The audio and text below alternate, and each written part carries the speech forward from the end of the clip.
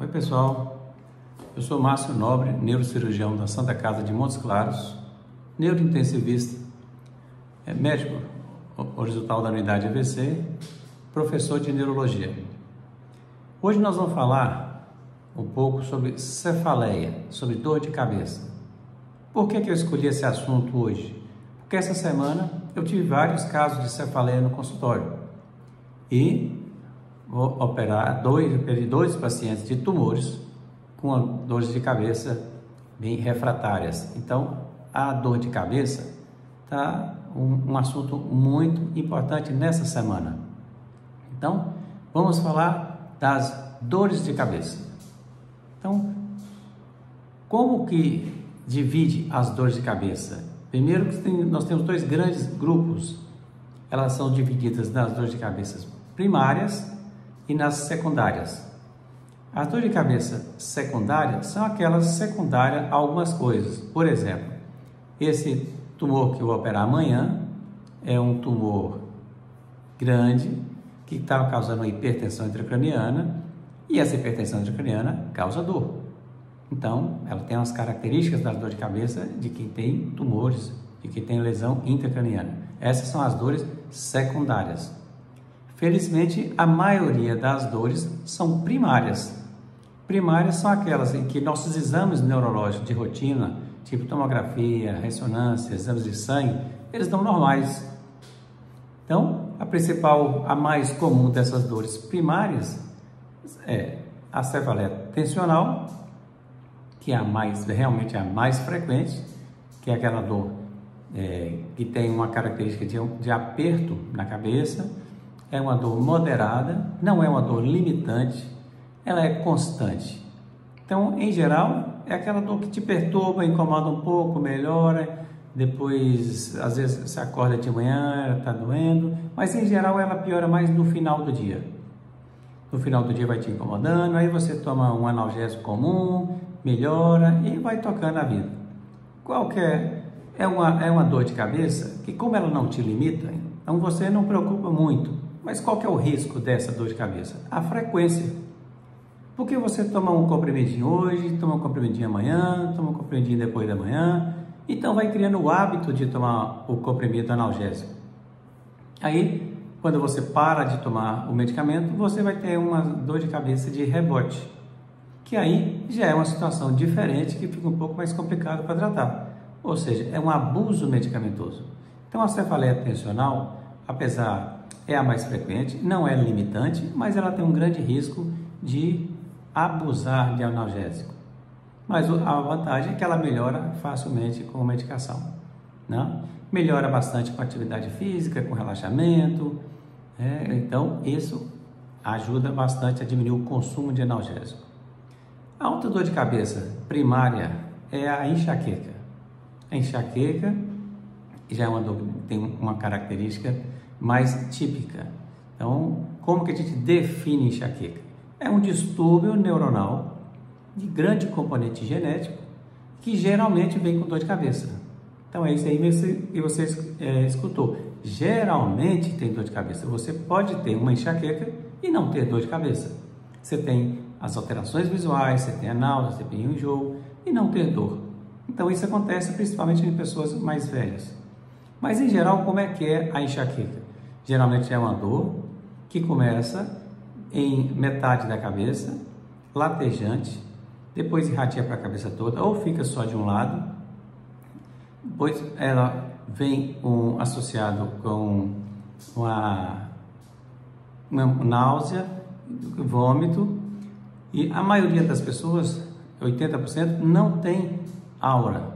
A aura é um sintoma visual, um sintoma neurológico focal, principalmente visual, que acontece antes ou logo no início da dor. A aura visual, que é a mais comum, geralmente você enxerga um escotoma, umas alterações da visão, geralmente de um lado, que vai borrando a visão, que vai aumentando, vai crescendo, chega a ponto de acometer toda a metade da visão, dos dois olhos.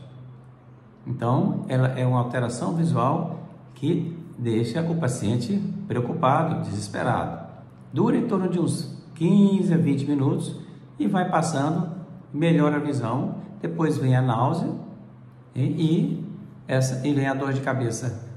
Geralmente é uma dor de cabeça de moderada a intensa.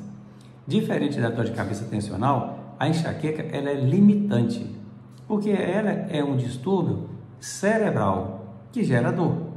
Então você não tem uma enxaquequinha e fica tranquilo, né? Você tem uma crise de enxaqueca, você vai ficar incomodado, você vai tomar um remédio, você vai perder algumas horas do dia, se não perder uma manhã, ou às vezes perder um dia de trabalho. Porque a disfunção cerebral que ocorre faz com que você fique mais lento, fique com o raciocínio mais lento. Então, dependendo da área onde aqui vai causar a aura, você pode ter alteração motora, pode ter uma fraqueza de um braço, você pode ter alteração da visão, você pode ter uma alteração da memória, você pode ter uma alteração do equilíbrio. Então, a aura pode ser em vários locais do cérebro, mas em geral o mais comum é na região occipital, causando uma aura visual. Então, o que é a enxaqueca? É uma disfunção cerebral do tronco encefálico que gera um distúrbio neurosensorial. Então, as pessoas que nascem com essa tendência a ter enxaqueca têm esse distúrbio. Isso é de um caráter fortemente genético. Geralmente, o indivíduo que tem a crise, ou o pai, a mãe, ou alguns tios tem, e geralmente os filhos vão ter, um ou outro filho vai ter. Então, filho também tem enxaqueca. Então, criança também tem enxaqueca. 5% das crianças têm enxaqueca e tem um comportamento semelhante dos pais. É limitante, né? Tem uma fotofobia importante, a luz incomoda, então eles costumam afastar da luz, procuram um lugar tranquilo, deita, dorme e quando acorda está melhor. Criança melhora muito bem com dormir. Adulto procura fugir da luz, porque a sensibilidade à luz piora a dor, o barulho também piora a dor, então ele afasta do barulho e afasta da claridade, toma um analgésico, toma a medicação específica para a crise e ali vai melhorar. Então, as crises de enxaqueca ela tem 4 fases. Tem uma fase prodrômica, que o paciente já sabe que vai ter a crise. Depois tem uma fase da aura, geralmente visual. Depois vem as dores, com sintomas associados de náusea e vômito. Depois tem uma fase de resolução, que é um pós-dromo, que você fica mole, às vezes fica com raciocínio lento e às vezes fica dolorido o local da crise. Então, diferente da tensional, essa enxaqueca ela é limitante.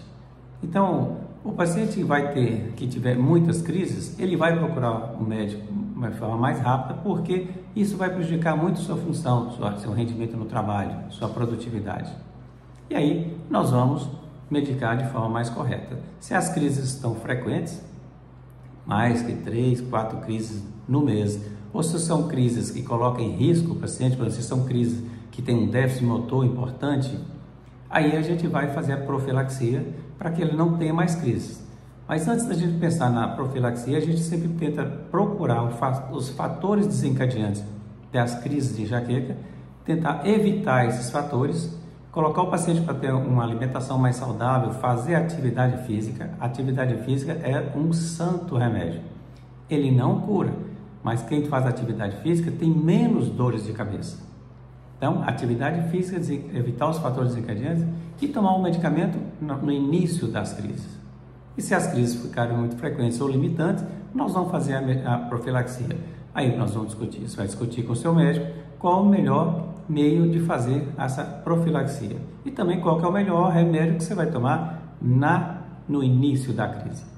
Então não esqueça, a enxaqueca ela é igual a apagar um incêndio. No início de um incêndio, você apaga com um baldezinho. Mas se o fogo chegou lá no telhado, só os bombeiros. Então, as crises iniciais, você já tem que estar com o remédio pronto para tomar. Então, a medicação, se for preciso, repita a medicação com 30 minutos.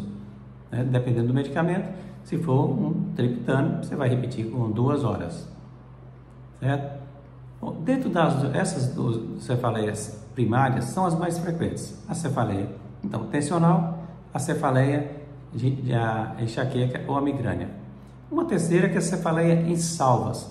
Cefaleia em salvas são as cefaleias trigêmeo autonômicas.